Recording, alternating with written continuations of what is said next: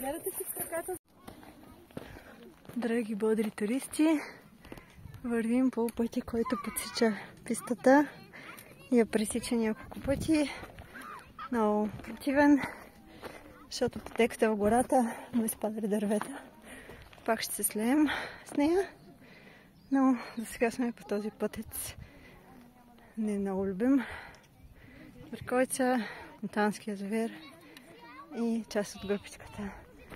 И спящата краставица горе на Бербани.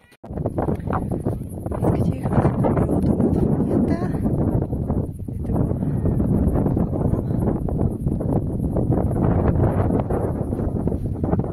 Нашия малък турист със съжаление.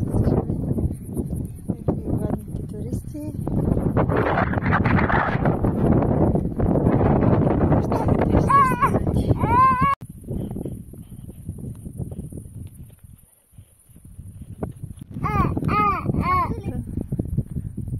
Може да? Добре, сега ти каза, май видях такова от сърна, че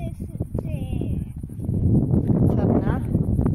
или от хласенци, че е лягала на тревата.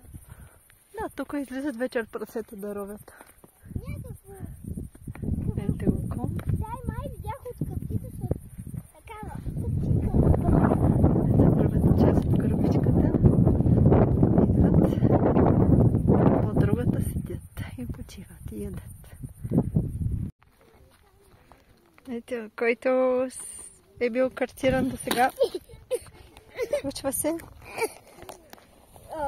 Изтръпнали са му краката. Да.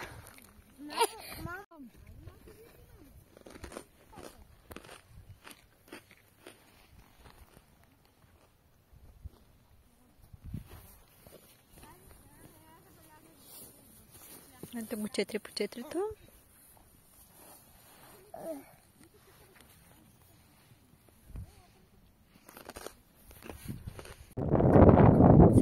Штърковица. Понията. Част от бандата. Тук са желаните на зимната пътека. Штърковица. И звироглед.